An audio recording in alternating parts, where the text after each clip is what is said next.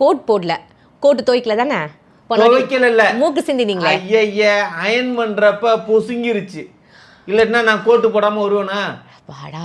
என்ன அப்பாடானா? கருப்பசாமி. அதான் சதி, திமுக காரன் சதி. கரண்ட் அதிகமா அயன் பாக்ஸ்குள்ளார விட்டதுனால கோட்டு பொசுங்கி இருக்கு, எல்லாம் சதி. சரி ஓகே, அது பொங்க வேண்டாம். எதுக்கு இந்த கருப்பு துண்டு? சரி சாரி, பச்சை துண்டு. பார்த்தீங்களா, எல்லாம் கருப்புல துணி போத்துற அளவுக்கே ஃபீல் பண்ணிட்டு இருக்கீங்க. திமுக தெரியுது, எங்களுக்கு தெரியாதாங்க?